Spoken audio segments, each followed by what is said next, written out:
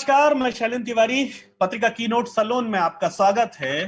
ये वो जगह है जहां पर हम बात करते हैं उन पॉलिसी मेकर्स से जिनके ऊपर जिम्मा है कहीं ना कहीं कोविड से निकलने का, देश को इस कोविड के माहौल से निकालने का। यहाँ आती हैं वो शख्सियतें जिनसे आप पूछना चाहते हैं अपने सवाल, जानना चाहते हैं अपने मन की बात। आज हम ऐसी ही एक और शख्सियत को लेकर के आए हैं, आकाश चौधरी जी। आकाश जी के बारे में बता दूं, आकाश जी आकाश इंस्टीट्यूट जो पूरे इस समय पूरे बाजार में आप अच्छे से जानते हैं, चाहे वो मेडिकल एजुकेशन से जुड़ा हुआ मामला हो या फिर आप आईआईटी या उसकी प्रिपरेशन कर रहे हैं, आकाश इंस्टीट्यूट एक सबसे भरोसे का नाम है। वो आकाश जी सीईओ हैं उसके, आकाश ग्रुप के, और डायरेक्टर भी हैं। तो आकाश जी आपका बहुत बहुत स्वागत है पत्रिका कीनोट सलोन में। और हमारे साथ दूसरे जो हमारे मॉडरेटर हैं, हमारे साथ हैं सौरभ भंडारी,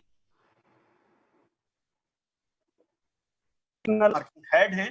तो आपका भी बहुत बहुत स्वागत है सौरभ जी। तो हम बात शुरू करें उससे पहले सबसे बड़ा सवाल यही है आकाश जी कि कैसे देखते हैं आप कोविड के इस दौर में लर्निंग, डिजिटल लर्निंग किस तरह आगे बढ़ेगी और किस तरह और कहां पर जाकर रुकेगी? ये बहुत ही इम्पोर्टेंट सवाल पूछा है आपने शैलेंद्र जी। और जैसा कि मैं आपको थोड़ा सा बैकग्राउंड बता दूं, आज से करीबन 31 साल पहले आकाश इंस्टीट्यूट की शुरुआत हुई थी एक छोटी सी जगह से, 12 बच्चों से। और पिछले 30 सालों में हमने अपना बच्चों का जो वादा है कि उनको हमने पढ़ाना है, उनकी जो एक करियर की एस्पिरेशन है, चाहे वो मेडिकल हो, इंजीनियरिंग हो, उस पर उनके साथ लग के बड़ा काम किया है। और अब तक हम उनके साथ काम जो है बिल्कुल अपना ऑफलाइन क्लासरूम एनवायरनमेंट जो है उसमें करते आए हैं। और जैसा कि एक क्लासरूम में आपको पता है उसके फायदे नुकसान दोनों रहते हैं। फायदा ये रहता है कि बच्चा आमने सामने रहता है टीचर के और बहुत अच्छी एक एजुकेशन जाती है। और उसी के साथ साथ एक नुकसान ये रहता है कि उसको क्लासरूम सेंटर तक जाना पड़ता है और कई बार होता है कि वो क्वालिटी नहीं मिल पाती जो वो चाहता है, जो वो एक्सपेक्ट करता है। तो इन दोनों चैलेंज के चलते चलते कुछ सालों पहले हमने अपनी ऑनलाइन एजुकेशन की भी तैयारी शुरू की 2012-2013 में, जहां हमने ऑनलाइन बच्चों को पढ़ाना शुरू किया। तो आज अगर हम ये कोविड सिचुएशन को देखते हैं तो थोड़ा सा अगर मैं पीछे मुड़ के देखूं तो लगता है कि वो एक सही समय था कि जब हमने इस तरफ अपने कदम बढ़ाने शुरू किए और धीरे धीरे एजुकेशन को एक ऐसे मकाम पे ले आए कि जो बच्चा अगर घर पे बैठ के पढ़ना चाहता है, ट्रैफिक या कॉस्ट या इन सब चीजों की वजह से अपने क्लासरूम में नहीं जा पाता, वो हमारी वही क्वालिटी अपने घर में बैठे पा सकता है। तो कोविड के चलते ये एक जो एक फैसिलिटी है उसको बच्चे भरपूर यूज कर रहे हैं। और मैं ये भी कहना चाहूंगा कि शुरुआत में काफी मुश्किलें आई बच्चों को, खासकर टीचर्स को, जिनको कि एकदम बोर्ड और चौक से या मार्कर से पढ़ाने की आदत है। उनके सामने अगर हम वो डिवाइस और वो टेक्नोलॉजी दे दें तो थोड़ा सा उनमें घबराहट हुई। लेकिन जो हमारा ये 5-6 साल का अनुभव था उसको हमने यूज किया, उनको ऑनलाइन ट्रेन किया और उनको इस दौरान पढ़ाने के लिए तैयार किया। बिल्कुल सही बात है कि पढ़ाने के लिए तैयार किया, और कहीं ना कहीं वो आज इस जो कोविड का माहौल है कहीं ना कहीं उसमें कामयाब भी हो रहे हैं, आपको फायदा भी मिल रहा है। सौरभ जी। हाय आकाश, आपके फादर ने 88 में श्री जेसी चौधरी सर ने आकाश इंस्टीट्यूट की स्थापना करी, तो काफी एक उतार चढ़ाव देखा होगा इस दौरान। आप एक प्रीमियर इंस्टीट्यूट की तरह अब आज स्थापित हैं, तो take us through your journey in detail कि कैसे आपके फादर ने और फिर आपकी टीम्स ने, आपने मिलके इसको एक नया आयाम दिया। तो ये जर्नी सर शुरू हुई करीबन 32 साल पहले, जहाँ छोटी सी शुरुआत हुई थी। एक मैं कह दूंगा हमारे घर में ही शुरू हुआ था। जैसे कोई भी इंसान कोई छोटा सा काम शुरू करता है तो घर से ही शुरुआत होती है प्लानिंग। तो घर में डाइनिंग टेबल पे ही पढ़ाया करते थे बच्चों को, तो वहां से ये कहानी शुरू हुई। और पहले साल जब उन्होंने 12 बच्चों को पढ़ाया तो उसमें से 7 बच्चों का जब सिलेक्शन हुआ तो एक थोड़ा सा उनको कॉन्फिडेंस आया कि उनकी जो पिछली सीख रही है, ट्रेनिंग रही है और पढ़ाने का स्टाइल रहा है वो बच्चों के काम आ रहा है। और वो उसी डायरेक्शन में फिर आगे चल पड़े। और धीरे धीरे करते करते 1995 में पहला साल था जब ऑल इंडिया ये ऑल दिल्ली पीएमटी रैंक 1 आया बच्चों में। तो एक नाम जो है पूरे शहर में, पूरे नॉर्थ रीजन में फैल गया। तो उसी नाम की जो एक रिस्पेक्ट थी, जो एक कमिटमेंट का प्रॉमिस था, ट्रस्ट था, उसको बनाने के लिए जी तोड़ मेहनत सर करते रहे और उनके साथ अच्छे अच्छे लोग जुड़ते गए। और एक as a charming leader, as a wonderful leader, वो अपनी एक स्टोरी को आगे लेते चले गए, साथ पढ़ाते भी गए और एडमिनिस्ट्रेशन भी करते गए। तो करीबन 2008 तक ये सिलसिला चलता रहा, जहां मेडिकल में एक सुप्रीम नाम सर ने ऑल इंडिया लेवल पे बनाया आकाश का, और ये कहने जाने लगा कि भाई अगर बच्चे को आकाश में भेज दिया तो डॉक्टर बन के ही निकलेगा। तो एक इतनी स्ट्रांग एसोसिएशन करी। तो इसके बीच में काफी उतार चढ़ाव आए, स्पेशली मैं कहूँगा कई बार एग्जाम के पैटर्न्स चेंज हुआ बीच में। इसके साथ साथ जो फैकल्टी मेंबर्स थे जो अच्छा पढ़ाते थे वो खुद अपना पढ़ाने चले गए बीच बीच में।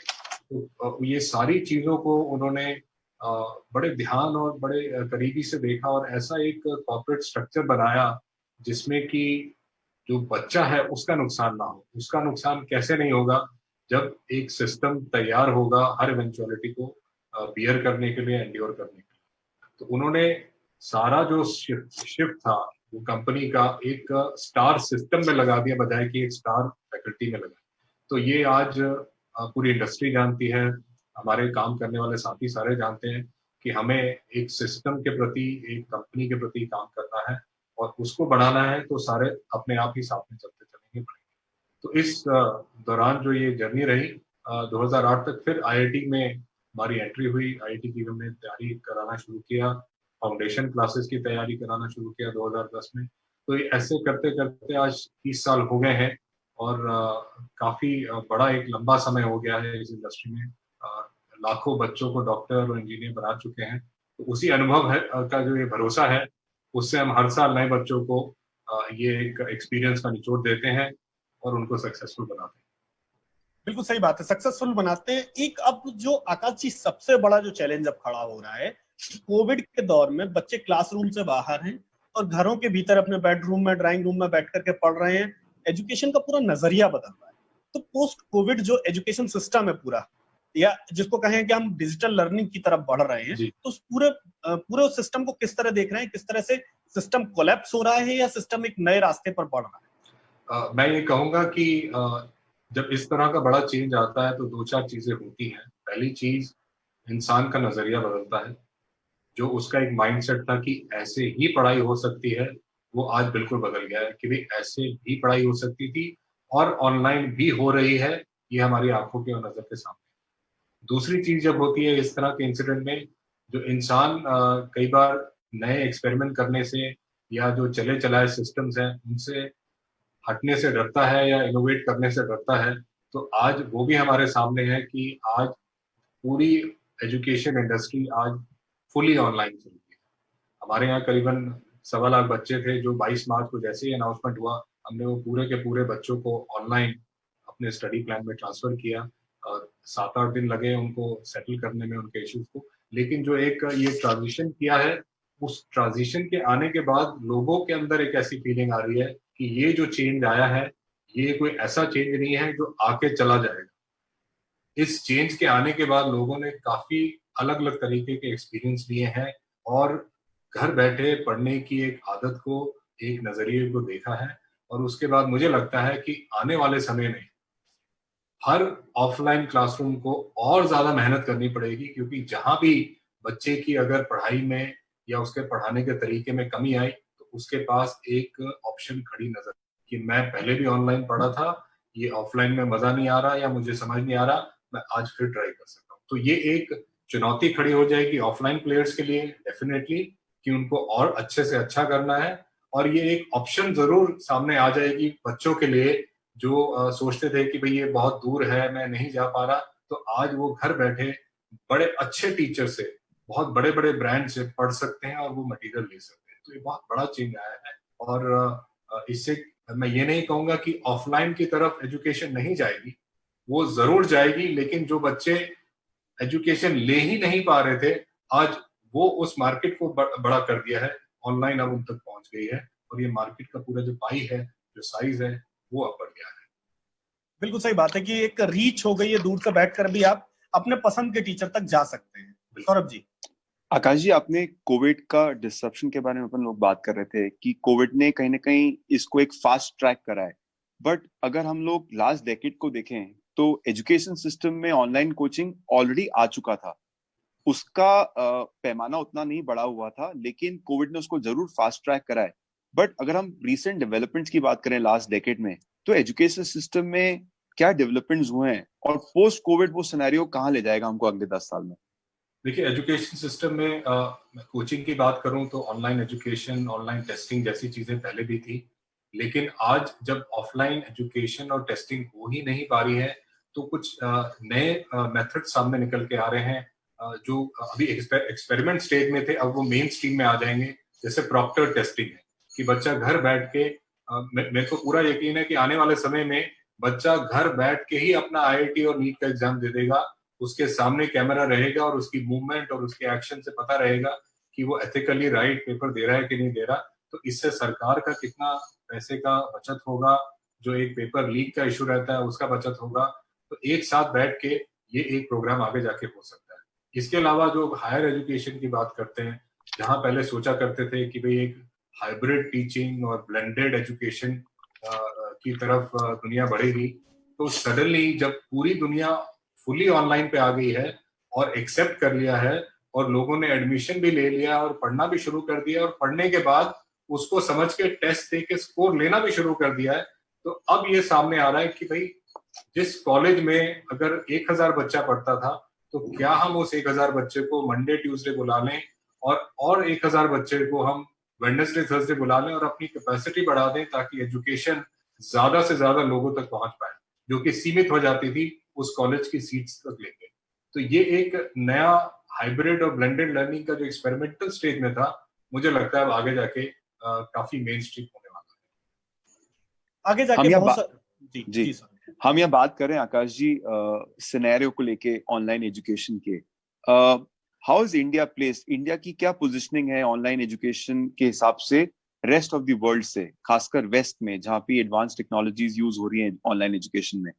उसके बारे में थोड़ा सा आप ऑडियंसेस का मार्गदर्शन कीजिए। देखिए सर, जो टेक्नोलॉजी की बात है, जहां तक प्लेटफॉर्म्स की बात है, तो मैं ये नहीं कहूंगा कि हिंदुस्तान उसमें किसी भी तरह से पीछे है, या यहाँ जो एडटेक कंपनीज काम कर रही हैं, टेक्नोलॉजी में काम हो रहा है, आर्टिफिशियल इंटेलिजेंस और मशीन लर्निंग में काम हो रहा है, वहां मैं नहीं कहूंगा कि कोई खास इतना डिफरेंस है, ना अंडरस्टैंडिंग में, ना इम्प्लीमेंटेशन में। जहां सबसे ज्यादा हम मार खाते हैं वो ये खाते हैं कि जो इंटरनेट की अवेलेबिलिटी है, वो आज अगर हम आंकड़े देखें तो करीबन 40% हिंदुस्तान की पॉपुलेशन के पास इंटरनेट एक्सेस है, 60% के पास है ही नहीं। और इंटरनेट एक्सेस की अगर मैं बात करूं तो उस 40% में भी 50% ऐसे हैं जिनके घर तक इंटरनेट आता है, बाकियों के घर तक भी नहीं आता, वो अपने मोबाइल पे जो डेटा देखते हैं वो है। तो किसी भी ऑनलाइन एजुकेशन या टेक्नोलॉजी में आपको जाना हो, तो जो बेयर इंटरनेट इंफ्रास्ट्रक्चर है उसकी एक बहुत बड़ी कमजोरी है। और अब जो टेलीकॉम कंपनीज हैं, इंटरनेट कंपनीज हैं, इसमें काम कर रही हैं काफी आगे बढ़ के। मुझे लगता है आने वाले समय में पूरा कवरेज होना मुश्किल है, लेकिन एक बहुत अच्छा कवरेज हमें आगे जाके मिल जाएगा।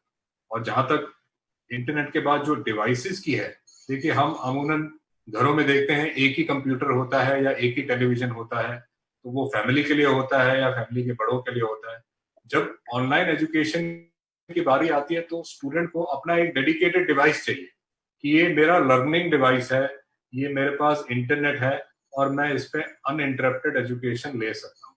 तो वो एक जो कल्चर है विद इन फैमिलीज की, भाई एक बच्चे को भी डिवाइस ला के देनी है, वो अभी है नहीं। वो थोड़ा सा मोबाइल पकड़ा देते हैं, उसमें एजुकेशन हो जाती है, लेकिन वो एजुकेशन सही मायने में सही एजुकेशन नहीं है, क्योंकि उसमें जो फॉर्म साइज है वो छोटा है और एक लगातार पढ़ने के लिए वो आंखों के लिए और शरीर के लिए हानिकारक है।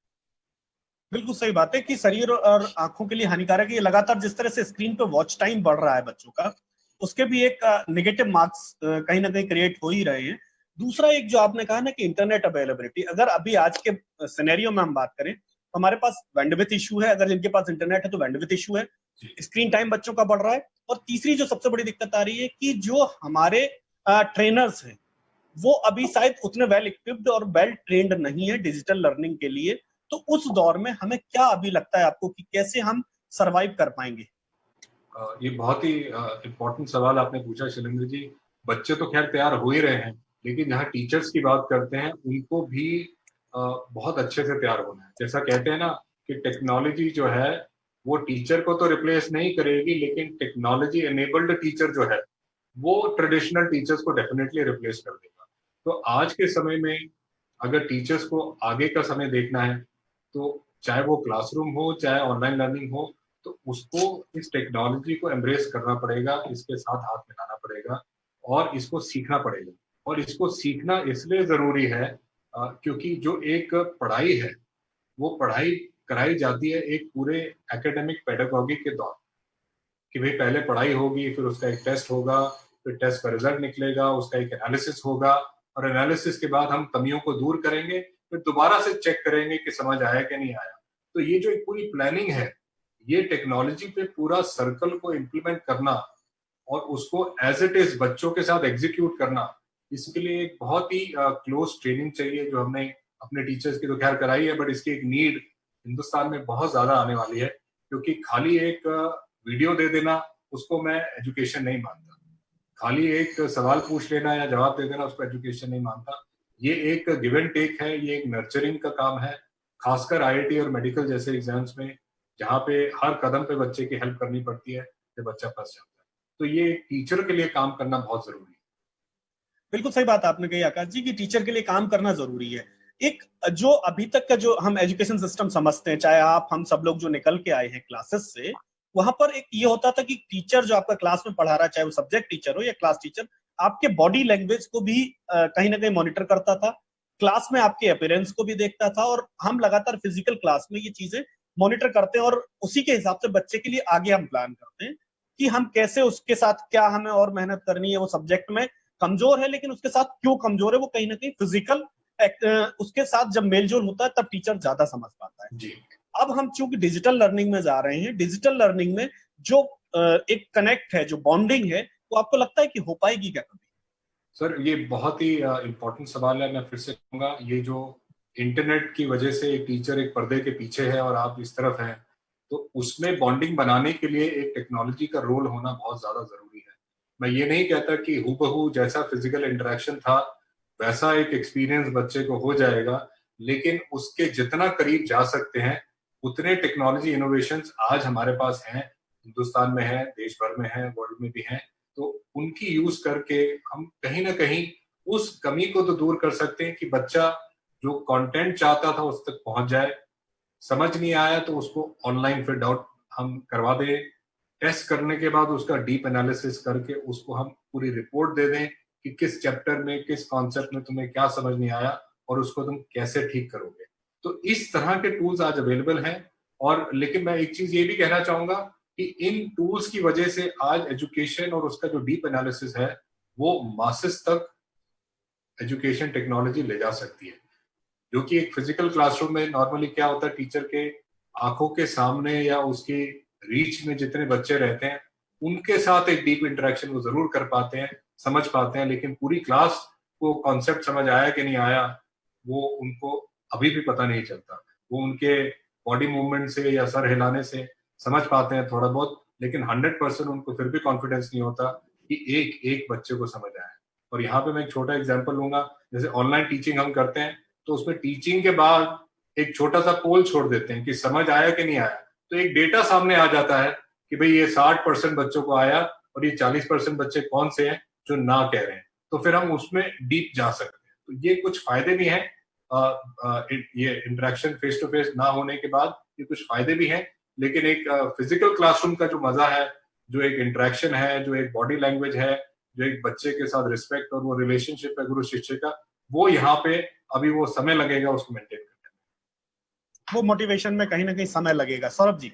आकाश जी, आपकी बातचीत से क्लियरली निकल के आ रहा है कि आप बहुत क्लोजली एक स्टूडेंट का एनालिसिस होता है आकाश इंस्टीट्यूट में, किस तरह से वो बिहेव कर रहा है, किस तरह से वो चीजों को अडॉप्ट कर रहा है, एब्जॉर्ब कर रहा है। कहीं ना कहीं आपको अब पोस्ट कोविड में ये सिचुएशन क्या और रोबस्ट करने की जरूरत है ऑनलाइन पूरी इंडस्ट्री को, क्योंकि इसमें पेरेंट्स का बिहेवियर, पेरेंट्स का सपोर्ट, स्टूडेंट्स का जो पीछे पीछे हो गए हैं इस रेस में, वो कैसे आगे इसमें आप लाएंगे, क्योंकि कहीं ना कहीं पूरे ओवरऑल मॉडल का सक्सेस होना बहुत जरूरी है हमारी देश की ग्रोथ के लिए। तो आप इसको ओवरऑल कैसे देख रहे हैं?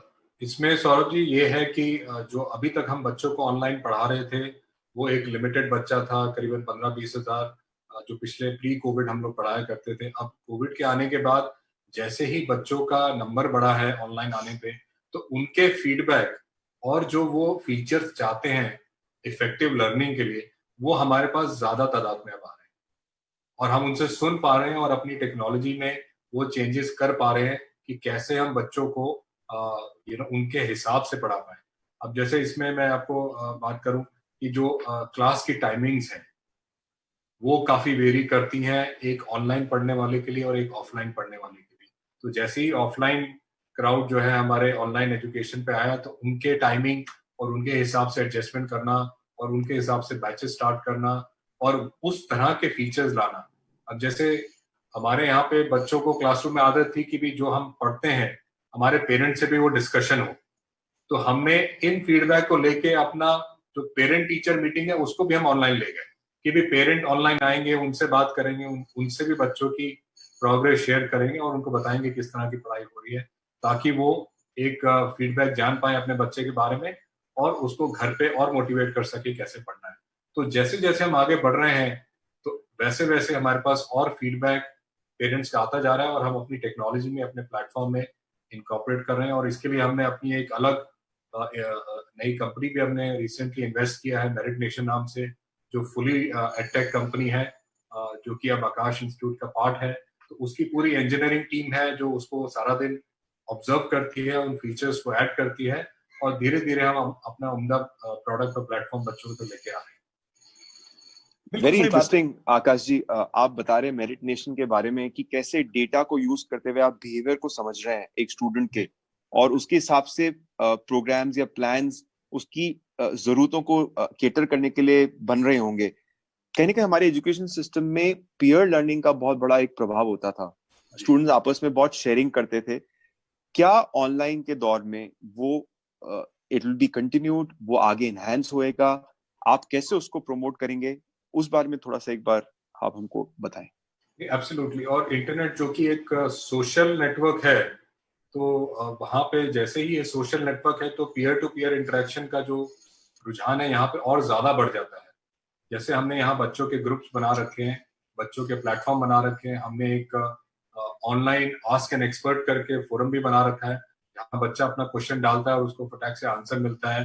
करीबन 40 मिलियन क्वेश्चंस के आंसर हमने ऑलरेडी उसमें डाल रखे हैं जो बच्चा इमीडिएटली पूछ सकता है। तो इस तरह की जो कैपेबिलिटीज हैं जो एक सोशल एनवायरनमेंट में मिलनी चाहिए, वो इंटरनेट पे काफी ज्यादा मल्टीप्लाई हो जाती है। और इसमें बच्चा मान लिया किसी अच्छे बच्चे से पढ़ना चाहता है या डाउट करना चाहता है या पूछना चाहता है कि भाई तुम्हारे को समझ आ गया, मुझे भी समझा दो, तो इंटरनेट पे वो थोड़ा आसान हो जाता है, क्योंकि उसको अगर एक से नहीं समझ आ रहा तो उसको दूसरे से भी समझने की ऑप्शन मिल जाती है, जो कि पहले उस क्लासरूम के अच्छे बच्चे तक लिमिटेड था। तो आगे जाके ये सोशल लर्निंग और पीयर लर्निंग बहुत ज्यादा हेल्प करेगा उन बच्चों को जो अपना फीडबैक टीचर को देने से डरते हैं, घबराते हैं या हेजिटेट करते हैं। बिल्कुल सही बात है कि उनको कहीं ना कहीं एक मदद मिलेगी और वो सवाल करने की जो एक आदत है, क्लास में डरता है बच्चा कि मैं सवाल पूछूं या ना पूछूं, तो मुझे लगता है कि वो एक जगह ऐसी होगी जहां पोस्ट करे अपना सवाल और वहां उसको वो आंसर मिलेगा, तो शायद ज्यादा कन्वीनियंट होगा। एक सबसे बड़ी बात जो आकाश जी कहीं ना कहीं खड़ी हो रही है, अगर मैं कहूँ कि आज डिजिटल लर्निंग के लिए चाहे टूल्स हो चाहे उसकी फैसिलिटी हो, वो आपके शहरी इलाकों तक अवेलेबल है। रूरल इंडिया की बात करूं तो रूरल इंडिया तक वो अप्रोच ही नहीं है। दूसरा जो उसकी कॉस्ट है, जैसे अगर किसी को टूल्स चाहिए, लर्निंग टूल्स जो फ्यूचर में लेने ही पड़ेंगे, तो अगर इन सब चीजों पे हम जाते हैं तो इसकी जो वेरिएबल कॉस्ट है वो कॉस्ट कहीं ना कहीं बहुत एक ह्यूज खड़ी हो जाती है। तो उस ह्यूज कॉस्ट की तरफ जो एक इंडिया है, आधा इंडिया जिसको हम कहें, वो कैसे खड़ा होगा? क्या ये राइट टू एजुकेशन जिसको हम बात करते हैं कि राइट टू एजुकेशन इस देश में है और होनी भी चाहिए, उस पर किस तरह से ये मददगार साबित होगा, या उसको कहीं ना कहीं ये पूरी तरह से डिनाई करके एक दो वर्ग खड़े कर देगा? नहीं, ये बहुत ही इम्पोर्टेंट चीज है जिसपे हमें ध्यान देना चाहिए। जैसे जैसे हम टीयर 1 और टीयर 2 सिटीज की बात करें, वहां पे हम अपना ये प्रोडक्ट लेते जा रहे हैं, और इसके साथ साथ टीयर 3 और टीयर 4 टाउन्स की अगर हम बात करें तो वहां पे एजुकेशन जाए वो बहुत जरूरी है। और उसके लिए ऐसा नहीं है कि टेक्नोलॉजी आज इस देश में नहीं है, बहुत अच्छी अच्छी टेक्नोलॉजी है। वीसेट टेक्नोलॉजी फॉर एग्जांपल एक ऐसी टेक्नोलॉजी है जो सदियों से ट्रांसमिशन ऑफ टेलीविजन, और आप लोग मीडिया में आपको अच्छे से जानते हैं कि किस तरह से वो गांव गांव तक, ऊंचे ऊंचे तक सैटेलाइट टेक्नोलॉजी से वीडियो और इंफॉर्मेशन को भेजा जा सकता है। तो एजुकेशन भी आज इस टेक्नोलॉजी का बहुत अच्छा यूज कर रही है। जैसे अगर हम अपनी बात करें तो हमने एक नया प्रोग्राम लॉन्च किया आकाश प्राइम क्लास, जिसमें ग्रामीण इलाकों तक भी हम वीसैट से वो वीडियो लेक्चर अपना भेज सकते हैं, जिसमें बच्चे को डिवाइस लेने की जरूरत नहीं है, इंटरनेट लेने की जरूरत नहीं है, उसको सिर्फ एक लोकल वीसैट स्टेशन पे जाने की जरूरत है और वहां पे उसको पूरी पढ़ाई मिल जाएगी और वहीं उनकी पेरेंट इंटरेक्शन भी हो जाएगी। तो इस तरह की टेक्नोलॉजी आज इस देश में अवेलेबल है। उस पर काम करके उसको इन शहरों तक लेके जाना, छोटे छोटे डिस्ट्रिक्ट तक लेके जाना, उस पर अब मुझे लगता है कि लोग, पेरेंट्स, बच्चे अब विचार करेंगे और इसको आने वाले समय में इम्प्लीमेंट करेंगे, ताकि एक क्वालिटी एजुकेशन, जो कि एक सबसे बड़ा प्रॉमिस है इंटरनेट का, कि quality at any time at any place, ये चीज का जो एक प्रॉमिस है इंटरनेट का, वो पूरा भरपूर। बिल्कुल बिल्कुल सही बात है कि कहीं ना कहीं क्वालिटी एजुकेशन की जो बात इस देश में उठ रही है वो डिजिटल लर्निंग की तरफ कहीं ना कहीं वो प्लस करेगी, उसको मजबूत करेगी। सौरभ जी। आकाश जी, जैसे बैंकिंग सेक्टर में फाइनेंशियल इंक्लूजन बहुत जरूरी होता है एक किसी भी इकोनॉमी की ग्रोथ के लिए। हम बात कर रहे हैं यहाँ पे एजुकेशन सेक्टर की, तो प्राइमरी एजुकेशन तो एक लेवल पे पहुंच रही है, लेकिन अब हायर एजुकेशन, प्रोफेशनल एजुकेशन, इसको कैसे और इंक्लूसिव बनाया जाए? क्योंकि कहीं ना कहीं हमारी ग्रोथ डेवलपमेंट के लिए ये इंडस्ट्री और जो काम कर रही है उसको एक राइट लेवल पे और पोर्ट्रे करना जरूरी है और उसको और इनहेंस करना जरूरी है। तो एजुकेशन को और इंक्लूसिव कैसे बनाया जाए जिसमें कि हमारी जो स्किल्ड है वो और इनहेंस हो? ये सबसे ज्यादा जरूरत है सौरभ जी इसकी इस समय देश को, क्योंकि कोविड के बाद जो एक इंडस्ट्री की रूपरेखा निकल के आएगी वो बहुत ही डिफरेंट होने वाली है। और इसमें मैं चाहूंगा कॉर्पोरेट्स आगे बढ़ के वो भी अपना एक एज एन एजुकेशन इन्वॉल्वमेंट करें और अपने स्टाफ के स्किल्स को अपग्रेड करें, क्योंकि आने वाले समय में बहुत सारी ऐसी ऑनलाइन यूनिवर्सिटीज, डिजिटल यूनिवर्सिटीज खुल जाएंगी, जिनसे कि बच्चा एक प्रोफेशनल अपना काम करते समय भी एक क्वालिफाइड डिग्री या क्वालिफाइड सर्टिफिकेशन उस स्किल में, जिससे उसको हेल्प हो रही है, उसकी कंपनी को हेल्प हो रही है, उसमें ले पाएगा। तो आने वाले समय में कॉर्पोरेट्स का रोल बहुत इंपॉर्टेंट है कि वो अपने कुछ फंड्स एलोकेट करें कि वो उसको यूज करके अपने एम्प्लॉयज के स्किल और अपनी कंपनी के जो टॉप लोग हैं उनके स्किल्स थ्रू डिजिटल एजुकेशन बढ़ाए, क्योंकि इसका चलन अब आगे बढ़ने वाला है।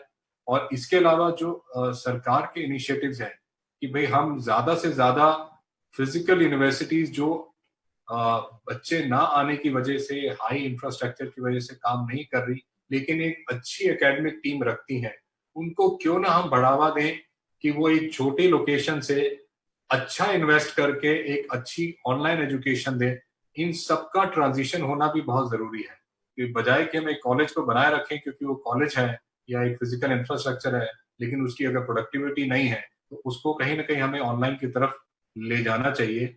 और जो स्टॉलवर्ड्स हैं एजुकेशन इंडस्ट्री के, चाहे हम आईआईटीज की बात करें, एनआईटीज की बात करें, टॉप मेडिकल कॉलेजेस की बात करें, तो उनका भी ये कर्तव्य बनता है कि वो जो बच्चा हमारी एजुकेशन फिजिकली नहीं ले पा रहा इंस्टीट्यूट में आके, क्या हम एक अलग इंस्टीट्यूशन ऑनलाइन खड़ा कर सकते हैं आईआईटी का, आईआईटी लेवल का, जो कि उन बच्चों की मदद कर सके जो हो सकता है बीरंग कॉलेज में हो, लेकिन अगर उनके स्किल अच्छे मिल जाए, एजुकेशन अच्छी मिल जाए, तो अपनी मेहनत से वो इस इकोनॉमी को, इस देश को आगे ले जा सकते।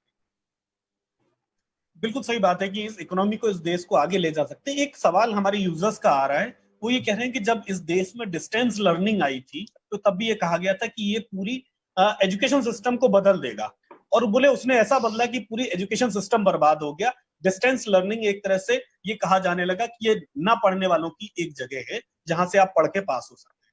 तो क्या आप जो जिस तरह से अब डिजिटल लर्निंग की तरफ देश जा रहा है या दुनिया पूरी जा रही है, तो क्या इस पर ये सवाल खड़े नहीं होंगे कि ये कैसे अपने आप को जिंदा रखेगी? फिजिकल स्कूलिंग से डिजिटल लर्निंग कैसे अलग?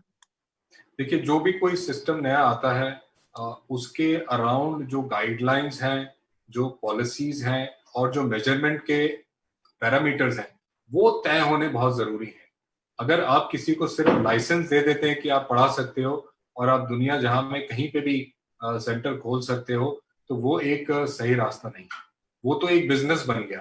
देखिए एजुकेशन जो है उसको अगर हम एजुकेशन रहने दें और उसको एक हम force that can change the nation उस नजरिए से देखें, तब जाके उस पर गाइडलाइंस लगाएं, ऐसे हम पॉलिसीज बनाएं जिसमें कि हम एक मेजरमेंट कर सकें कि जिसको भी हमने ऑनलाइन एजुकेशन का लाइसेंस दिया है उसकी रिपोर्ट, उसकी मेजरमेंट, हर बच्चे की प्रोग्रेस, उनके पास मार्क्स, उन सब पे नजर होनी चाहिए, जैसा एआईसीटी बाकी कॉलेजेस के लिए करता है या बाकी इंस्टीट्यूट्स हैं वो करते हैं, संस्थाएं वो करती हैं। तो इसके लिए भी कड़े पॉलिसी बनाने जरूरी हैं। अगर आप किसी भी चीज को पैदा करके छोड़ देंगे तो ये बिल्कुल ही लाजमी है कि वो कहीं ना कहीं वो बिगड़ जाएगा, बहक जाएगा, डिस्ट्रैक्ट हो जाएगा, कंट्रोल नहीं रहेगा। लेकिन अगर उसको पैदा करके आप उसको अच्छे से नर्चर करते हैं, देखभाल करते हैं, तो वो एक बहुत ही डिसिप्लिन इंडिविजुअल या एंटिटी बन के निकलेगा। तो वो एक नजर रखनी उस पर जरूरी है। जो गलतियां पहले हुई हैं या जो मैसेज पहले हुए हैं उन सबसे हट के आज के जमाने की जो हमारी रिक्वायरमेंट है उसको हम इन्वॉल्व कर सकते हैं। और टेक्नोलॉजी इतनी ज्यादा एडवांस है आज, कम से कम इतनी तो है कि हम एक एक बच्चे की प्रोग्रेस पे नजर रख सकते हैं और उसकी बहुत ही उम्दा एनालिसिस और एमआईएस टीचर्स को, बच्चों को, पेरेंट्स को और इंडस्ट्री एक्सपर्ट्स को दे सकते हैं ताकि वो उसके हिसाब से अपना डिसीजन ले सकें। बिल्कुल सही बात है कि ये तो डिजिटल कम से कम मैन टू मैन जिसको कह सकते हैं कि वो मार्किंग करने की तो सुविधा सबसे अच्छी देता ही है। लेकिन एक जो बार बार जो आकाश जी आपने भी कहा कि एजुकेशन को बिजनेस ना बनने दिया जाए, लेकिन एक जो कहीं ना कहीं डिजिटल लर्निंग पे फिर हम उसी बात पर आ रहे हैं। डिजिटल लर्निंग लगातार जिसमें चीजें इन्वेस्टमेंट या जो जिस तरह के ऑपरेशनल खर्च हैं वो फिजिकल क्लासेस से ज्यादा होंगे, तो इसको कैसे इस तरह का बनाया जाए कि वो जो पुअर पीपल है या जो रिमोट एरिया में बैठा है, जो शहर में टायर 1 टायर 2 का जो लेवल है वो बियर कर सकता है, बट जो रूरल एरिया का वो उतना खर्चा बियर नहीं कर सकता, तो बियरेबल कैसे हो वो हर कॉमन मैन की अप्रोच में आए। सर टेक्नोलॉजी एजुकेशन का सबसे बड़ा फायदा यही है कि वो एक सिरे से निकलता है और उसकी जो प्रोलिफरेशन है या उसका जो एक्सपेंशन है वो काफी ज्यादा बच्चों तक जा सकता है। जैसे वीसेट टेक्नोलॉजी की मैंने बात की, उससे 50-60 नहीं, कम से कम 1000-2000 बच्चा एक साथ पढ़ सकता है। और उस लेवल पे इतने बच्चे पढ़ने की वजह से जो उसकी ओवरऑल कॉस्ट है वो बहुत कम हो जाती है और बच्चे पे जो इवेंचुअल प्राइस जाता है वो भी कम हो जाता है। तो जैसे जैसे टेक्नोलॉजी की अवेलेबिलिटी बढ़ेगी और ऑटोमेटेड एजुकेशन की भीड़ बढ़ेगी। ऑटोमेटेड एजुकेशन का मतलब जो एक आर्टिफिशियल इंटेलिजेंस से एक self learning, self paced learning methods जब आगे आने लगेंगे तो उसकी कॉस्ट बहुत ही कम होगी बजाय कि जो फिजिकल और लाइव ट्यूटरिंग जैसी चीजें चल रही हैं। और आने वाले समय में देखिए ये तो एक कर्व है, तो जैसे अगर आप पहले बात करें जो हम अगर इन्फ्लेशन को एडजस्ट कर दें तो जो पहले कॉस्ट हुआ करती थी उसके हिसाब से अभी वो कम होती जा रही है क्योंकि लोगों की आय भी आगे बढ़ती जा रही है, एवरेज इनकम भी बढ़ती जा रही है, तो उस हिसाब से जो अफोर्डेबिलिटी है वो काफी बढ़ गई है। तो आने वाले समय में भी विद टेक्नोलॉजी ये काफी बढ़ जाएगी। पहले हम सोचा करते थे कि कंप्यूटर गिने चुने लोग खरीद सकते हैं, आज हर एक के पास मोबाइल है, हर एक के पास एक ना एक डिवाइस है। तो अफोर्डेबिलिटी विद समय इस टेक्नोलॉजी में हम बिल्कुल एक्सपेक्ट कर सकते हैं और ये गांव-गांव तक एजुकेशन जाएगी, तभी ये देश आगे बढ़ेगा जब इसकी जो पॉपुलेशन है वो आगे बढ़ेगी पढ़ाई करके और सोचेगी देश के बारे में कि क्या अच्छा है। बिल्कुल सही बात है कि कहीं ना कहीं इसके साथ लोग जुड़ेंगे और उसका जो फायदा मिलेगा वो पूरे देश को मिलेगा। सौरभ जी। आकाश जी, कोविड ने इंट्रोस्पेक्शन का बहुत टाइम दिया है बिजनेस को। आपकी लर्निंग से, आपकी एक्सपीरियंस से आप इंडस्ट्री को क्या मैसेज देना चाहेंगे कि कैसे आपने इस दौरान को बेस्ट यूटिलाइज करा, क्या बेस्ट प्रैक्टिसेस आपने सोची और आगे इसको आप क्रियान्वित करेंगे? थोड़ा सा टीम्स को आप इंडस्ट्री एट लार्ज को गाइड करिए इस बारे में। देखिए मैं इंडस्ट्री को यही कहना चाहूंगा कि जो क्वालिटी एजुकेशन है वो केवल टीचिंग पर डिपेंडेंट नहीं है, उसमें बाकी सारे इंग्रेडिएंट्स भी होने चाहिए। इसका मैं एक एग्जांपल लेना चाहूंगा। अगर आप खाना बनाते हैं तो उसमें खाली सब्जी इंपॉर्टेंट नहीं है, खाली नमक इंपॉर्टेंट नहीं है, खाली मसाला इंपॉर्टेंट नहीं है, खाली पानी इंपॉर्टेंट नहीं है, खाली कितनी देर पकाया वो इंपॉर्टेंट। ये सारी चीजें जब एक साथ मिलके आती हैं तो ही एक अच्छा पकवान बनता है। तो अगर आपको अच्छी क्वालिटी एजुकेशन देनी है तो आपको स्टूडेंट का पूरा 360 देखना पड़ेगा कि उसको समझ आ रहा है कि नहीं आ रहा, वो किस स्पीड पे पढ़ना चाहता है, किस स्पीड पे नहीं पढ़ना चाहता, पढ़ने के बाद क्या उसके पास समय है कि वो अपनी असेसमेंट कर पाए। तो पूरा जो 360 जो एक व्यू है स्टूडेंट का, उसको सामने रखना बहुत जरूरी है। जैसा हम लोग हमारे यहाँ कहते हैं, student first is our core value, कि बच्चे को हमेशा सामने रखो। अगर कल को कहीं कोई गलती भी हो जाती है किसी एम्प्लॉय से या किसी स्टाफ से, आप डिसीजन बच्चे की फेवर में ले लो, कंपनी हमेशा स्टैंड बाय करेगी। तो जो बाकी इंडस्ट्री में मैंने देखा है, कई बार कॉस्ट के चलते, कई बार एक अपॉर्चुनिटी को नजर में रखते, जो बेसिक एलिमेंट्स हैं 360 एजुकेशन के, उसको लोग छोड़ देते हैं और समझते हैं कि चलो कुछ देर की बात है, काम चल जाएगा। तो वहां पे काम चलाना नहीं है, वहां पे बिल्कुल स्ट्रिक्ट रहना है, क्योंकि ये जो एजुकेशन बच्चे को मिल रही है, ये इस देश का फ्यूचर बनाएगी। अगर आज यहाँ कॉम्प्रोमाइज कर दिया तो आप इंडिया के फ्यूचर को कॉम्प्रोमाइज करने वाले हैं, क्योंकि वही सोच और वही जो मिसिंग एजुकेशन है, उसको दिमाग में रख के बच्चा आगे जाएगा और हमेशा हताहत रहेगा। तो ऐसे डीमोटिवेटेड से कैसे दुनिया आगे जाएगी? तो पूरे इस सिस्टम को देखना जरूरी है। और इस सिस्टम में अगर मैं अपनी बात करूं, तो हमने काफी ज्यादा फोकस रखा है कि भाई हम इंस्टीट्यूट को या कंपनी को या एजुकेशन ऑर्गेनाइजेशन को कैसे एक कॉर्पोरेट स्ट्रक्चर में बना चलाएं, जिससे कि हम एक एंटिटी पे या एक चीज पे रह के सीमित ना हो जाएं, एक पूरा सिस्टम चले जिसकी अकाउंटेबिलिटी हो, रिस्पॉन्सिबिलिटी हो, तभी ये काम प्रोडक्टिवली होगा। नॉर्मली लोग 1% सेंट्रिक हो जाते हैं, तो उस चीज से थोड़ा दूर जाएं और सिस्टम बनाएं और बच्चे की पूरी 360 डिग्री एजुकेशन की तरफ काम करें। बिल्कुल सही बात है कि 360 डिग्री एजुकेशन की जरूरत है। जी सौरभ जी। हम छोटे इंस्टीट्यूट से जब बात कर रहे थे आकाश जी, इस दौरान कोविड के दौरान कई चैलेंजेस आ रहे हैं उनको। आई एम श्योर आपके साथ भी वो चैलेंजेस आए होंगे, वो कहीं ना कहीं फीस को लेके, लोकल रेगुलेशंस को लेके कई चैलेंजेस आ रहे हैं। बिजनेस कंटिन्यूटी के लिए ये इन चैलेंजेस को एक तरह से पॉजिटिवली एड्रेस करना बहुत जरूरी है। किस तरह के चैलेंजेस आपके सामने भी आए और उसको आप किस तरह से एड्रेस करने की एडवाइस देंगे इंडस्ट्री को? सौरभ जी, हमारे सामने पहला सबसे बड़ा जो मेजर चैलेंज आया वो यही आया कि हमारे सारे क्लासरूम सेंटर्स जो हैं, जैसा कि सरकार ने ऑर्डर दिए, हमने पूरे बंद कर दिए। तो एक जैसा कह सकते हैं कि पूरा एक इंजन चल रहा था पूरे इंडिया में, वो एकाएक बंद हो गया। और उसके बाद एक जो दिमाग में कंफ्यूजन था लोगों को, वो काफी आया कि अब आगे कैसे काम होगा, कैसे पढ़ाई होगी। तो हमने सबसे पहले तो अपनी पूरी टीम को मोटिवेट किया, सारे बच्चों के साथ एक क्लियर कम्युनिकेशन किया कि अभी आप 2 दिन हमें दीजिए, हम पूरा प्लान बना के आपके पास वापस आएंगे। तो सबसे पहली बात, जो लॉ ऑफ द लैंड है वो हमें हमेशा फॉलो करना है, उससे हमने हट के काम नहीं करना। तो सबसे पहले आता है लॉ ऑफ द लैंड, कि भाई अगर लॉ जो कह रहा है आप उसकी दृष्टि में काम कर रहे हैं, सही कर रहे हैं, तो उसके बाद आप अपनी सारी प्लानिंग कीजिए, उससे हट के नहीं। क्योंकि आप उससे हट के करेंगे, कहीं ना कहीं आप बाद में जाके दुखित होंगे।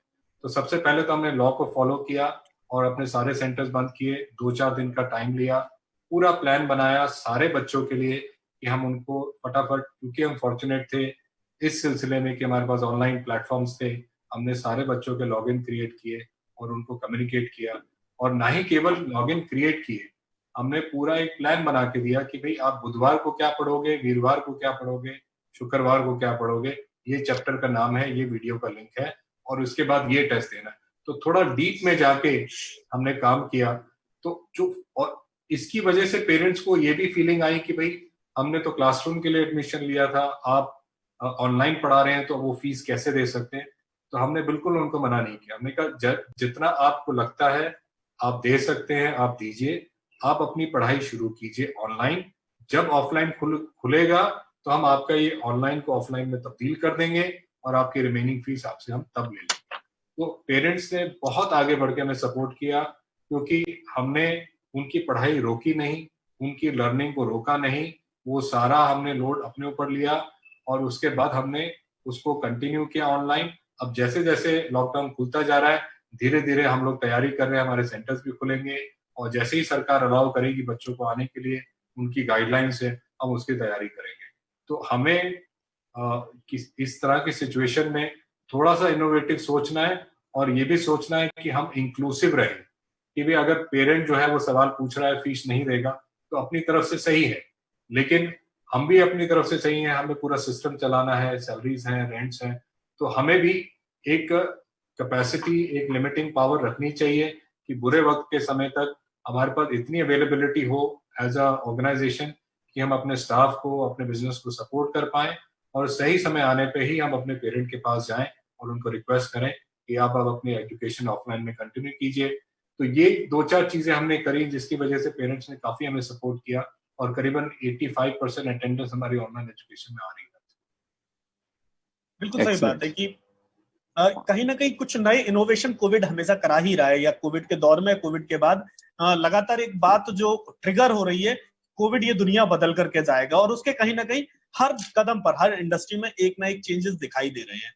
लेकिन जब इसी बात पे जब हम बात करें, तो उसी आपकी लाइन को आगे मेरा सवाल वही है, कई स्कूल कॉलेज जो 10+2 हो या 10 तक हैं, वो बच्चों के साथ अभी उनके बोर्ड के एग्जाम भी होंगे या उसकी तैयारी करा रहे हैं, लेकिन मैक्सिमम के पास इंफ्रा के नाम पे या तो जूम है, या व्हाट्सएप है, या माइक्रोसॉफ्ट मीटिंग्स है। इनके अलावा उनके पास कोई अवेलेबल इंफ्रा अभी तक नहीं है जिससे वो बच्चों को 1-to-1 मार्किंग के साथ पकड़ सके। तो ऐसे में कहीं ना कहीं उनके लिए बड़ा चैलेंज है कि वो बच्चों के साथ कैसे करें। तो उनके लिए क्या आप सलाह देंगे कि वो बच्चों को किस तरह से इंगेज करें, किस तरह से उनकी मैन टू मैन मार्किंग करें? देखिए सर, ये बहुत ही चैलेंजिंग क्वेश्चन है, जिससे कि हम लोग भी अभी स्ट्रगल कर रहे हैं, लेकिन हमने ना केवल अपना ऑनलाइन प्लेटफॉर्म यूज कर रहे हैं, बल्कि हम जूम, हैंगआउट और माइक्रोसॉफ्ट टीम जैसे टूल्स भी यूज कर रहे हैं, जहां पे हमारे टीचर्स जो सेंटर्स पे बैठे हैं, जिनके पास लाइव प्लेटफॉर्म की अवेलेबिलिटी या डिजिटाइजर की अवेलेबिलिटी नहीं है, वो जूम और हैंगआउट जैसे टूल्स को ही यूज करके कर रहे हैं। तो इसमें टीचर का जो काम है वो बहुत बढ़ जाता है। देखिए, अमूमन एक टीचर जब क्लास में पढ़ा रहा है तो 40 बच्चे सामने बैठे हैं, तो उनको डिसिप्लिन करना, उनको समझाना, उनके साथ कंटेंट शेयर करना बहुत आसान हो जाता है। लेकिन अभी की सिचुएशन अगर आप देखें तो 40 बच्चे 40 अलग घरों में बैठे हैं, और 40 अलग इंटरनेट लाइंस पे हैं, और 40 अलग एनवायरनमेंट में बैठे हैं, शोरोगुल है, क्या है, तो उनको फिर एक सेंट्रल पीस से डिसिप्लिन करना बड़ा मुश्किल हो जाता है। तो इसीलिए आपके जो टीचिंग पेडागॉजी है, उसमें हर 15 मिनट बाद एक एंगेजिंग क्विज, एक एंगेजिंग क्वेश्चन, हर बच्चे से पोल लेना, फ्रीक्वेंट अटेंडेंस लेना विद इन द क्लास, ताकि आप एक पूरी जो एक अट्रैक्शन है, बच्चे की अटेंशन है, उसको बना के रखें। जैसे हम लोग बच्चों को कहते हैं, जब आप लेक्चर लें तो आप स्पीकर पे ना सुने, आप हेडफोन लगाएं, ताकि आप बाहर की नॉइज से बिल्कुल बंद हो जाए। तो इस तरह के टूल्स हम यूज कर रहे हैं। टीचर्स को ट्रेनिंग दे रहे हैं, जैसे उनको नोट्स भेजने हैं तो वो स्कैन करके फोटो खींच के बच्चों को भेजें, बच्चे उनको करके वापस, हमने व्हाट्सएप ग्रुप्स बनाए हैं, टेलीग्राम के ग्रुप्स बनाए हैं, ईमेल आईडीज बनाए हैं, जिसमें बच्चे वापस भेज रहे हैं, उनको चेक करके फिर टीचर्स वापस भेज रहे हैं। तो एक टीचर जिसके लिए पहले कितना आसान होता था कि क्लास में गए, लेक्चर खत्म किया और निकल गए, अब उसको क्लास भी चालू करनी है, कंट्रोल भी करना है, पेपर भी मंगवाना है, वापस भी भेजना है, स्कोर कार्ड भी बनाना है और अपलोड भी करना है। तो काफी काम बढ़ गया है। इसके लिए रिपीटेड ट्रेनिंग, रिपीटेड इन्वॉल्वमेंट करना बहुत जरूरी है। अदरवाइज ये एक बैड एक्सपीरियंस और लर्निंग हो जाएगा और बच्चे इससे मुंह मोड़ लेंगे। तो ये बहुत जरूरी है। बिल्कुल सही बात है कि इंटरेक्शन सबसे ज्यादा जरूरी है, कि जब तक इंटरेक्शन नहीं होगा, बच्चे कहीं ना कहीं इस नई लर्निंग के साथ कनेक्ट नहीं होंगे। सौरभ जी। आकाश जी, आपने शुरू में बताया कि कैसे आपकी टीम ने और आपने पूरा मिलके एक लेगेसी को बनाया है। आपका कहीं ना कहीं एम्फेसिस ट्रस्ट, कॉन्फिडेंस पे बहुत जबरदस्त रहा है स्टूडेंट्स की, आपकी इंस्टीट्यूट में। आने वाले टाइम्स में, स्पेशली ऑनलाइन एजुकेशन में, जब अब ऑनलाइन एग्जामिनेशंस होंगे, क्या यार्डस्टिक रह जाएंगी, क्या चेंजेस होंगे यार्डस्टिक में इस एफिशिएंसी और इफेक्टिवनेस को मापने के?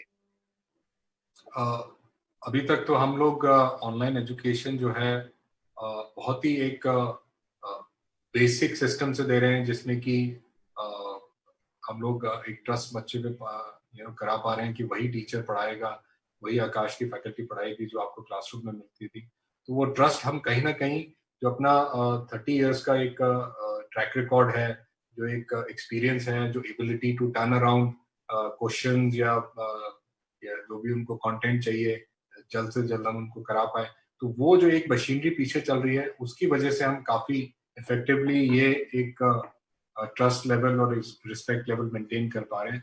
लेकिन आने वाले समय में इस चीज को रेप्लिकेट करना बहुत आसान रहेगा बाहर के लोगों के लिए। तो हमारे लिए एक चैलेंज रहेगा कि हम कैसे अपने हर बच्चे के लिए एक पर्सनलाइज्ड एजुकेशन प्रोफाइल और उसकी एक personalised attention and education journey उसके पूरे कोर्स की कैसे बनाए, ताकि वो उस जर्नी में इतना ज्यादा व्यस्त हो जाए और उसको उसमें इतना मजा आ जाए कि उसको बाहर कहीं देखने की या कहीं जाने की जरूरत ना पड़े। वो एक अपने आप में ही एक आत्मनिर्भर, मैं वर्ड यहाँ यूज करना चाहूंगा, एक सिस्टम पेडागोगी का बन जाए जिसमें बच्चे को लगे कि उसको अब ये कंपनी जो उसको बना के दे रही है वो उसका पूरा एक हित उसके मन में है और उसको उसके टारगेट तक लेके जाएगी। तो हमारे आगे प्लान है एक डीपर टेक्नोलॉजी, एक डीपर स्टूडेंट जर्नी के, जिससे कि हम इन बच्चों का फेथ और कॉन्फिडेंस हमेशा बनाए रखना चाहेंगे। बिल्कुल सही बात है आकाश जी। फेथ और कॉन्फिडेंस कहीं ना कहीं ये सबसे बड़ी जरूरत है आज के वक्त में, क्योंकि जो माहौल है उसमें अगर आपका किसी पर फेथ है और आपका कॉन्फिडेंस है तो कहीं ना कहीं आप इससे माहौल से बड़े आराम से निकल जाएंगे। एक कहीं ना कहीं आपकी इंडस्ट्री पर एक कहीं ना कहीं सवाल उठता है। एक बात कही जाती है कि आप अगर इंजीनियरिंग की तैयारी कर रहे हैं या आप मेडिकल एजुकेशन की तैयारी कर रहे हैं, एंट्रेंस एग्जाम की तैयारी कर रहे हैं, आप 12th में पास करके जा रहे हैं तो कहा जाता है आप बहुत डिले हो गए, आप बहुत लेट आए हैं। आपको तो इस सिलेबस में 9th में जब बच्चा आया था तभी उसको उस स्ट्रीम के साथ कनेक्ट हो जाना चाहिए था। 10 में आ गया तो 10+2 प्रोग्राम हमारा ज्वाइन कर लेना चाहिए था। तो इसमें क्या हो रहा है कि बच्चा जो ज्वाइन कर लेता है या तो वो स्कूल से डिटैच हो जाता है या फिर वो सिर्फ कोचिंग के साथ जुड़ पाता है। तो दोनों जो कहीं ना कहीं एक जो कंट्राडिक्टरी है कि स्कूल जो पढ़ा रहे हैं और कोचिंग जो पढ़ा रही है, कोचिंग अपने गोल की तरफ जा रहे हैं और स्कूल अपने गोल की तरफ जा रहे हैं, तो दोनों गोल में जो एक डिफरेंस क्रिएट होता है उसको कैसे मैनेज किया? नहीं, मेरे हिसाब से शैलेंद्र जी ये बहुत बड़ा मिथ है कि अगर आप 12वीं में आके अपनी पढ़ाई एंट्रेंस के लिए शुरू करते हैं तो आप बहुत लेट हो गए। ये एक मुझे नहीं समझ आता इसमें कि ये कैसे इस चीज पे लोग विश्वास करते हैं। ये आज जरूरी है कि भाई आज हम देखते हैं कि 9वीं से 10वीं से प्रोग्राम शुरू हो गए हैं, लेकिन ऐसा कहीं नहीं लिखा है और हमारे साथ हर साल ऐसे केसेस आते हैं जो बच्चा 12वीं में आया और अपना आईआईटी में मेडिकल में सिलेक्शन अच्छे रैंक से लेके गया। तो इसमें कोई ऐसा कोई चलन नहीं है या ऐसी कोई जैसे कहते हैं कि भाई एक कोई मैंडेट नहीं है कि भाई आपको 9वीं से ही या 10वीं से ही शुरू करना है।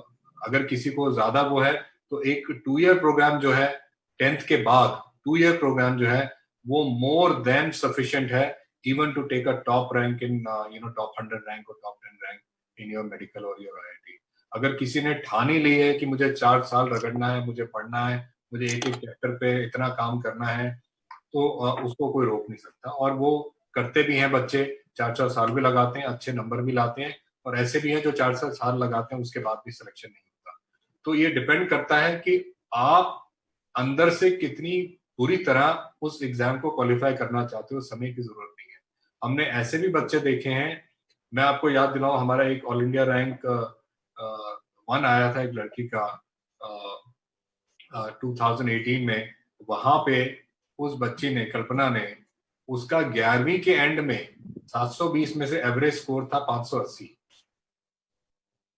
और जबकि टॉप 10 जो है वो 685 पे खत्म हो गया। तो आप अंदाजा लगा सकते हैं किस तरह से बच्चे ने मेहनत करी और उसके बाद अपना 580 से स्कोर फाइनली नीट में 691 पे वो बच्चा लेके गया और ऑल इंडिया रैंक 1 लिया।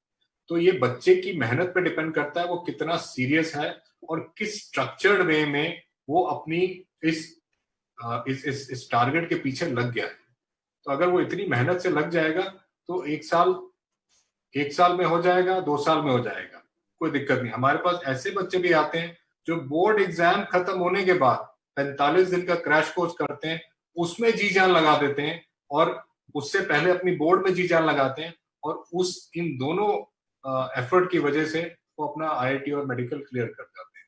क्योंकि आप जानते हैं नीट और जेई में अधिकतर सारा कॉन्सेप्ट जो है वो एनसीईआरटी पे बेस्ड है। अगर बच्चा 12वीं की अच्छी तैयारी करके भी अटेम्प्ट करता है तो ऐसा नहीं है कि उसके चांसेस 0 है, कम है लेकिन है। 11वीं में करता है तो बहुत अच्छे हैं, 12वीं में करता है मेहनत करके डेफिनेटली कर सकता है। तो ऐसी कोई दवा नहीं है, ऐसा कोई मैंडेट नहीं है कि आपको 9वीं से ही चालू करना है।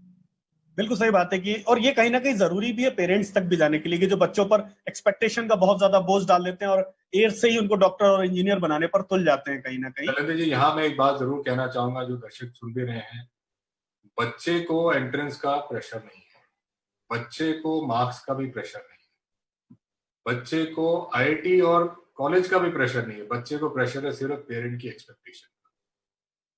उसके दबाव में आके बच्चा कुछ ना कुछ गलत कदम उठाता है, हताहत होता है या पुअर परफॉर्मेंस की तरफ चला जाता है, क्योंकि वो जब उसको लगता है कि भाई हाय मेरे माँ बाप के पैसे, मैं उसको पूरा नहीं कर पा रहा, वो कैसा सोचेंगे, मेरे भाई ने कर लिया मैं नहीं कर पा रहा, मेरी बहन ने किया मैं नहीं कर पा रहा, मेरे चचेरे भाई ने कर लिया मैं नहीं कर पा रहा, मेरे पड़ोसी ने, तो ये जो एक्सपेक्टेशंस हैं वो बच्चे को ज्यादा स्ट्रेस में डालती हैं। ये सब्जेक्ट वब्जेक्ट नहीं डालते।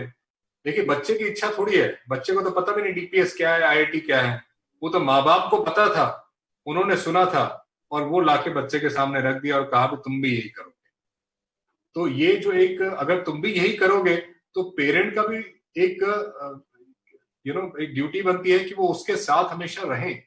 देखिए, अगर एक पौधा मुरझा जाता है तो माली सबसे ज्यादा जोर उस पर लगाता है, खाद देता है, पानी देता है उसको ठीक करने के लिए, ना केवल उस पे जो अच्छा खासा हरा भरा उग रहा हो। तो पेरेंट की ये ड्यूटी बनती है कि भाई अगर बच्चा कमजोर है, नहीं आ रहा, तो आपको आगे बढ़ के हाथ उठाना है। कोई नहीं पूछता कि भाई तुम्हें समझ आया नहीं आया, ना जाके टीचर से मिलते हैं। बिल भी आए तो एक बार चल तुम्हारे टीचर से पिछले महीने मिले थे। जब बच्चा रोज जा सकता है तो आप क्यों नहीं? ये तो आपकी एस्पिरेशन है, बच्चे की तो है नहीं। बच्चे को तो बाद में रियलाइज होगा उसने क्या अचीव कर लिया है। तो ये मैं कहना चाहूंगा सभी दर्शकों से कि वो पेरेंट्स जो हैं वो इतना स्ट्रेस ना दें बच्चे को।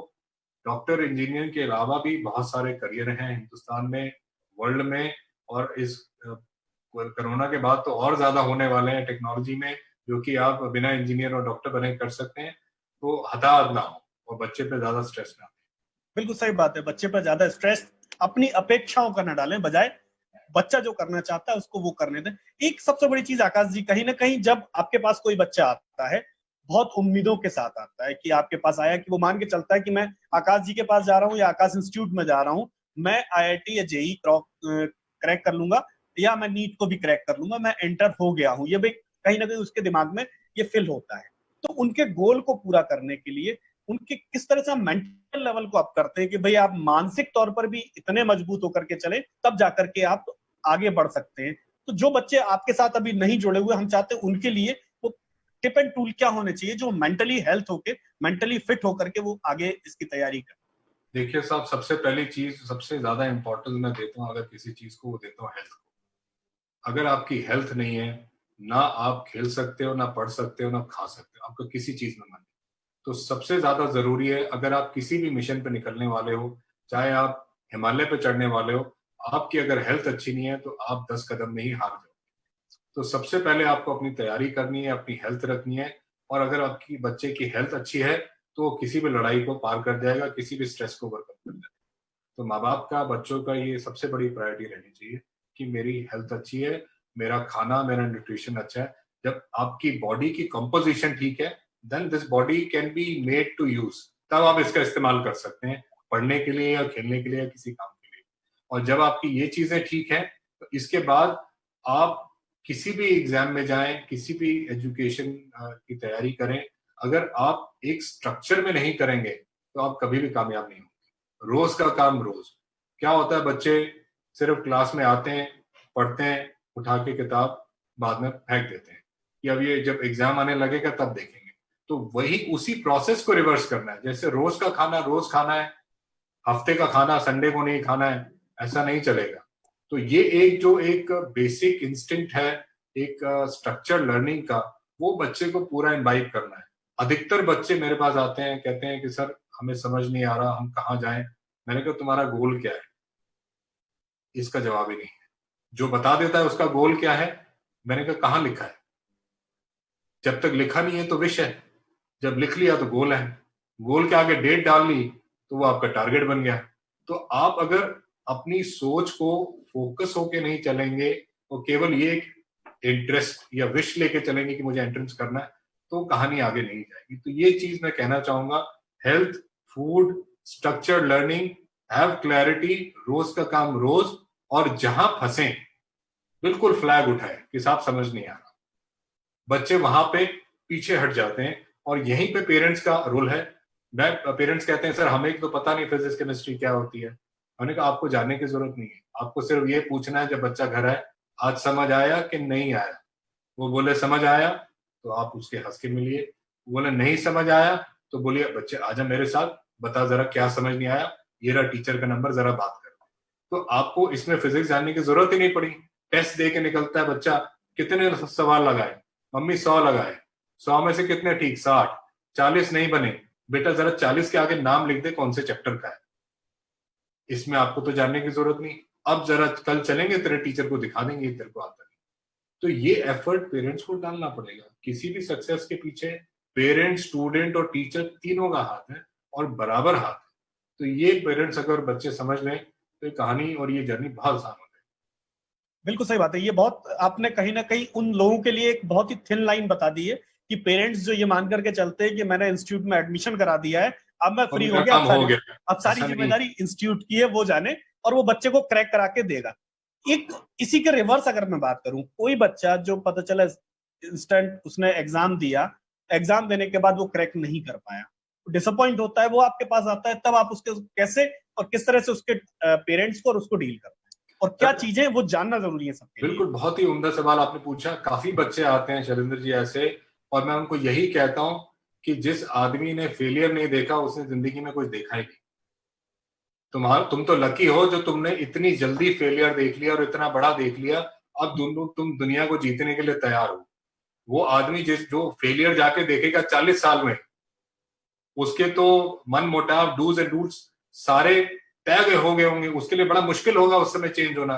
तुम तो आज भी कच्चे खड़े हो, आज तुमने फेलियर देख लिया है, गलती अगर अपनी सारी लिख ली है, इस पे काम कर दोगे तो ये फेलियर सक्सेस में कन्वर्ट हो जाएगी और ये जिंदगी का सबसे बड़ा लेसन तुम्हारे साथ रहेगा। तो मैं तो उनको बहुत ही ज्यादा अप्रिशिएट करता हूँ कि ये घबराने की बात नहीं है। एक एग्जाम में पास ना होना is not the end of the world. आप जान के हैरान होंगे, आइंस्टाइन अपने एंट्रेंस एग्जाम में फेल हुए थे जर्मनी में। वर्ल्ड के सबसे बड़े साइंटिस्ट में उनका नाम आता है और उनको नेक्स्ट टू गॉड कहा जाता है। वो अपने एंट्रेंस एग्जाम में फेल हुए, और दूसरों की बात तो क्या बताएं। बिल्कुल सही बात है कि इससे घबराना नहीं है। बिल्कुल सही बात है, इससे घबराना नहीं चाहिए। एज ए पेरेंट्स मैं अगर आपसे बात करूं, अब मैं एज ए पेरेंट्स आपसे बात करूं, आप अपने बच्चों के साथ किस तरह से डील करते हैं? क्योंकि ये कहीं ना कहीं एक सवाल होता है कि अगर आप टीचिंग इंस्टीट्यूट से हैं या आप टीचिंग मेथड में काम कर रहे हैं तो आप बच्चों के साथ कोई E=mc² टाइप कोई फॉर्मूला लगा रहे हैं या उनके साथ एज ए पेरेंट बिहेव कर रहे हैं, ये कहीं ना कहीं हर कोई जानना चाहता है। देखिए, पेरेंट अगर अपना प्यार, अपना साथ और अपनी सपोर्ट दे देना बच्चे को, वो इतनी ज्यादा पावर बच्चे के अंदर दे देती है कि वो बच्चे के साथ पेरेंट एकदम हार्ट टू हार्ट कनेक्ट हो जाता है और उसकी कोई भी परेशानी होती है वो एकदम शेयर करता है और पेरेंट फिर एक्शन ले सकता है। बच्चे कहाँ परेशान होते हैं? जहां उनका कनेक्शन पेरेंट से वीक हो गया है और उनकी परेशानी वो अंदर ही दबाए हुए हैं, पेरेंट तक नहीं ले जा पा रहे और उसका कोई सोल्यूशन नहीं निकल पा रहा है। तो जैसे ही मेरे बच्चे मेरे से कुछ भी शेयर करते हैं, वो ऐसा रिलेशन बनाना बहुत जरूरी है। तो ये मैं कहना चाहूंगा, चाहे घर में एक बच्चा हो, 2 हो या 3 हो, लड़का हो या लड़की हो, आपके लिए वो सारे के सारे अनमोल हैं। उनके साथ अगर आपका हार्ट टू हार्ट कनेक्शन है तो वो आपसे इतना खुल के शेयर करेंगे और जैसे ही आपके पास कोई इशू आएगा आप तुरंत उसका सोल्यूशन कर पाएंगे। इशू आएगा ही नहीं तो आप सिर्फ डांट ही सकेंगे, आप सॉल्व नहीं कर पाएंगे। बिल्कुल सही बात है कि इशू जब तक आपके करीब नहीं आएगा आप उस पर सवाल नहीं कर पाएंगे, आप उस पर बात नहीं कर पाएंगे। आकाश जी, एक मेरा क्वेश्चन टैलेंट को लेके शैलेंद्र जी से, टैलेंट हमारे देश के बारे में कहा जाता है कि अपार टैलेंट अवेलेबल है, कहीं ना कहीं उनको अपॉर्चुनिटी नहीं मिल पाती है, उनको मालूम नहीं चल पाता है। आपको क्या लगता है इंडस्ट्री को किस तरह से काम करना चाहिए इस टैलेंट के बारे में? क्या आपके टैलेंट रिकग्निशन प्रोग्राम्स हैं? थोड़ा सा आप दर्शकों को बताना चाहेंगे उस बारे में? इसमें सौरभ जी एक बड़ी इम्पोर्टेंट चीज, ये एक सवाल बड़ा ही इंटरेस्टिंग आपने पूछा। देखिए, हिंदुस्तान का जो एजुकेशन सिस्टम है वो बड़ा ही मैकेनाइज रहा है और मैकेनाइज क्यों रहा है? वो बड़ी अनइमेजिनेटिव एजुकेशन जो है वो हमेशा से मिली है हिंदुस्तान में। वो कॉलोनियल इन्फ्लुएंस की बात कर लें, ब्रिटिश राज की बात कर लें, वहीं से चला आ रहा है। लेकिन आज जो हम स्तर देख रहे हैं, जिस तरह की एजुकेशन और freedom with the teacher and student हम देख रहे हैं, उसमें जो एक इमेजिनेटिव और क्रिएटिव एजुकेशन का जो एक स्कोप बनता जा रहा है, उसकी वजह से जो बच्चे आज निकल के आ रहे हैं, they are coming out very very talented, very very worldly wise. तो जैसे हम लोग अपने इंस्टीट्यूट की बात करें, तो हमारे यहाँ पे जो फैकल्टी मेंबर्स हैं, उन पे हम लोग उनकी जो ट्रेनिंग है, जब वो ज्वाइन करते हैं, उस पे इतना ज्यादा हम टाइम स्पेंड करते हैं कि कैसे हम इस हीरे को अच्छे से तराशें, ताकि जब ये बच्चों के सामने जाए तो वो वही वही ग्लिटर और वही लाइटनिंग दे जैसा कि बच्चा एक्सपेक्ट करके आ रहा है। तो टैलेंट के ऊपर लगातार काम करना, उसको इम्प्रूव करना बहुत जरूरी है, और नए टैलेंट को भी मौका देना। जैसे हम लोग करीबन 48 कैंपसेस में जाते हैं कैंपस रिक्रूटमेंट के लिए, और वहां से फ्रेश ग्रेजुएट्स हमारे पास आते हैं, ज्वाइन करते हैं, उनके साथ हम काम करते हैं, और वो भी वही लोग आते हैं जिनका टीचिंग में फ्लेयर है, जो कुछ करना चाहते हैं। उनके खुद के अपने कुछ एक्सपीरियंसेस रहे होंगे ना अच्छी टीचिंग मिलने की, और उनको लगता है कि अब उनको आ गया है, उन्होंने आईआईटी खुद क्रैक किया है, मेडिकल खुद क्रैक किया, तो अब वो बच्चों की हेल्प करना चाहते हैं। तो ऐसे बहुत ही टैलेंटेड यंग टीचर्स हमारे पास आते हैं, उनको भी इंक्लूड करते हैं। और इस टैलेंट को नर्चर करना आज इसलिए जरूरी है क्योंकि जिस स्पीड से आज एनवायरनमेंट चेंज हो रहा है, अगर आपके पास आप जितने मर्जी प्लान बना लीजिए, वो सारे के सारे हर दूसरे दिन खराब हो जाते हैं। अगर आपकी टीम उम्दा है तो नए प्लान हर रोज बना पाएंगे। तो आपको ऐसे टैलेंट को बार बार इंडस्ट्री में लाना है, चाहे वो टीचिंग में हो, चाहे एडमिनिस्ट्रेशन में हो, चाहे वो टेक्नोलॉजी में हो। तो हमारा यही कोशिश रहती है कि हम अच्छे से अच्छे टैलेंट को आइडेंटिफाई करें, उनको लेके आएं, और उनके साथ एज अ टीम हम काम करें, और उनको और कंपनी को आगे लेके। बिल्कुल सही बात है। टैलेंट को आगे लाकर ही हम नए टैलेंट को खड़ा कर सकते हैं, या नया टैलेंट हम बना सकते हैं। एक आखिर में जाते जाते आकाश जी, सवाल यही है कि क्या मैसेज देना चाहेंगे, कितना सपोर्ट आज चाहिए इस देश में डिजिटल लर्निंग?